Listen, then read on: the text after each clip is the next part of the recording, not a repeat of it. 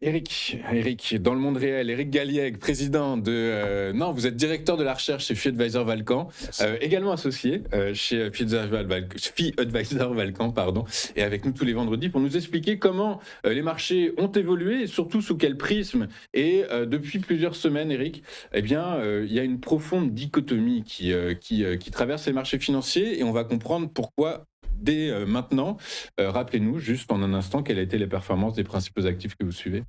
On a une performance qui est à la consolidation en Europe, alors que les Mmh. États-Unis ont repris largement du poil de la bête, en quelque sorte, hein, donc ils récupèrent la contre-performance qui avait été accumulée contre l'Europe au cours de la période précédente, donc Mmh. plus 1,3% à peu près pour les États-Unis, Mmh. moins 0,5 pour l'Europe, donc on va dire une stabilité, une consolidation haussière, avec un euro qui, lui, a baissé de 0,8%, près de 1%, Mmh. contre le dollar. Alors, sans trop comprendre comment cette information a pu pousser les marchés américains à la hausse, en tout cas, le cessez-le-feu prolongé américain, iranien, il y a Israël et le Liban également. Alors, ils ont trouvé un accord ce matin. Mais en tout cas, sur tous les fronts au Moyen-Orient, on est dans un cessez-le-feu qui finalement offre de la visibilité au marché. Oui, si on peut dire, de visibilité. Je crois que surtout le marché est relativement détendu parce qu'il a l'impression d'avoir déjà vécu tout ça et que Mmh. quelque part, le plus dangereux, le plus stressant, c'est l'inconnu absolu, c'est de ne pas connaître le futur. Là, bon, Là, on le finalement, connaît on se finalement. dit, c'est la hausse du prix du pétrole, on est à 105, bon, on saura s'adapter, ça va profiter à certaines entreprises, d'autres bon, vont souffrir, mais bon, on les a bien identifiés. Donc, on n'est pas dans l'inconnu, on n'est pas dans le risque, on est dans la réalité défavorable, mais comme on la connaît, bah, ça se passe bien. Alors qu'en fait, ça va mal se passer parce qu'on a quand même beaucoup d'éléments objectifs, et on le voit bien sur cette chronique et sur les différentes news de la semaine, à savoir que le cessez-le-feu donc est prolongé, mais il n'y a jamais eu d'arrêt total des hostilités. On le sait, des navires sont arraisonnés, Mmh. des navires civils sont tirés dessus, enfin, c'est quand même invraisemblable par des autorités américaines ou iraniennes Iranienne. d'ailleurs, des deux côtés. Donc c'est quand même compliqué. Donc c'est négatif. Je considère toujours que OK. c'est négatif pour le scénario de marché d'une façon générale. Et évidemment pour le prix du pétrole. Il faut rappeler qu'à 100 dollars, ou là 100 dollars, plus ou moins 100 dollars, ça reste une pénalité importante pour la conjoncture économique, Mmh. notamment en Europe, au Japon et pourquoi pas en Chine. Alors, les PMI sont tombés hier. Vous allez voir pourquoi j'y passe. Ils sont tous ressortis en hausse. Ce qui veut dire que l'activité manufacturière s'accélère. Pourquoi les entreprises restockent, comme à l'époque des droits de douane de Donald Trump. Pourtant, il y a la première économie mondiale qui profite pas de ce mouvement-là. Ce qui veut dire que fondamentalement, les difficultés que rencontre l'Allemagne sont structurellement très ancrées. Euh, et d'ailleurs, les autorités ont revu à la baisse leurs perspectives de croissance pour 2026.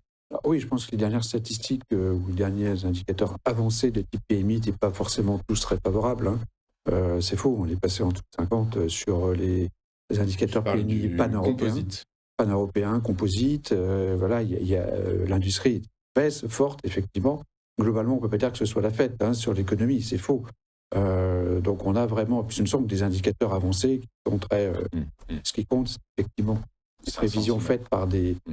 par des, Directeur d'achat. des directeurs d'achat, mais ce qui compte, c'est les prévisions faites par les gouvernements notamment qui s'est passé en Allemagne. Mm. L'Allemagne revoit en baisse de 1 à 0,5%. Mm, mm, On était la même prévision était à 1,3 mm. à l'automne dernier. Il y a eu une première révision à 1, puis à 0,5. Donc ça veut dire il n'y a plus cette, je dirais, rebond économique attendu en Allemagne. C'était terminé. Donc on continue dans la stagnation. Ça, c'est un élément important et négatif, bien sûr. Bon, l'Allemagne est aux premières loges parce qu'elle dépend Ouais, énormément du gaz. ouais. Elle reste très industrielle. Elle affronte, l'industrie automobile affronte une situation particulièrement difficile.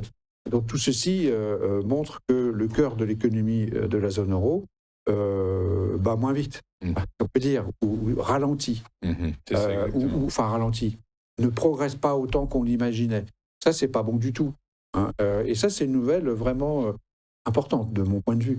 Le fait que le gouvernement allemand ait révisé en baisse à 0,5% sa propre croissance, donc c'est quand même compliqué. Alors, maintenant, on va parler intelligence artificielle. Encore hier, je crois que c'est Microsoft qui a expliqué que ils allaient favoriser les départs volontaires, justement parce que voilà, ils veulent l'IA commence à faire des ravages. Vous nous expliquez, Eric, que non, vous nous expliquez, vous avez raison. Alors, l'impact sur l'emploi est négatif de l'IA. Voilà, Oui, mais pour les emplois, mais pour une entreprise. C'est des marges, c'est renforcer ses marges, alors, finalement. c'est un sujet gigantesque, si on veut bien juste évoquer Je vous laisse faire. l'actualité de la semaine et le fait que j'ai voulu souligner, c'est que le fonds de pension de l'État de New York demande aux entreprises dans lesquelles il investit de leur parler un petit peu de l'impact de l'IA sur eux.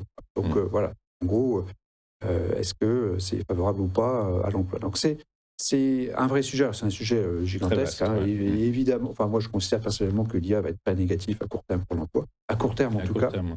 Donc, Microsoft a évoqué 8500 départs volontaires. Meta Platforms licencie 10% de son personnel, 8000 personnes. Alors si vraiment les entreprises qui sont au cœur de l'IA, qui l'ont conçu, qui l'ont inventé, qui le déploient auprès de toutes les entreprises et qui en profitent, diminuent leurs effectifs de 10%, qu'est-ce que ça va être pour les autres? Donc c'est quand même très très compliqué. Donc voilà, je considère qu'on commence à avoir une opinion ou un sentiment plus mitigé sur cette thématique de marché gigantesque pour les États-Unis. L'IA, on commence à se dire finalement, est-ce que c'est si positif que ça au total? Le bilan est-il vraiment positif? C'est des À court questions terme, qu'on a peut se poser. priori, vous avez raison. Ce sont des gains de productivité. Certes. Après, il faut voir Bien avec sûr, les du long économistes de quelle façon les gains de productivité se transforment en croissance, puisque les gains de productivité, c'est normalement le moteur de croissance à long terme. Ici, pour que les gains de productivité se transforment en croissance, il faut qu'il y ait une redistribution et il faut qu'il y ait la création d'une nouvelle demande sur des nouveaux produits. C'est comme ça que ça s'est fait historiquement. Exactement. Aujourd'hui, je pense qu'on n'a ni l'un ni l'autre. Exactement. Et donc, c'est un peu embêtant. Mais bon, c'est un autre sujet très, très vaste. On n'a pas le temps, effectivement. Mais venez nous en parler au lieu de nous voir que le vendredi. On parle maintenant de Mythos. Mythos, c'est Anthropic qui lance une IA que Anthropic eux-mêmes n'ont pas voulu mettre sur le marché parce qu'elle a dépassé, en fait. C'est l'IA, ça y est, on est dans l'IA totale qu'on attendait, plus intelligente que l'être humain. C'est la finance décentralisée qui, dans un premier temps, va être impactée. Alors, il y a différents sujets. Le vrai sujet, c'est l'augmentation des risques dans la sphère financière, me semble-t-il, sur ce point, avec donc effectivement Mythos, qui fait manifestement peser un risque sur le système des paiements, simplement. Donc, on a suffisamment parlé de ça, je ne vais pas y revenir. Et puis, il y a les risques de la finance décentralisée, c'est-à-dire tout ce qui concerne, je dirais, les cryptos aussi, c'est-à-dire le fait que la finance décentralisée veut développer un système financier complet à partir des cryptos. C'est bien l'idée, à partir du Bitcoin, à partir des monnaies digitales, etc. Donc tout ce qui est, par exemple, le prêt et l'emprunt de cryptoactifs a été développé par différentes plateformes qui aujourd'hui sont régulées, donc de plus en plus centralisées. Non, elles ne sont pas régulées, justement, c'est ça le problème, elles ne sont pas régulées.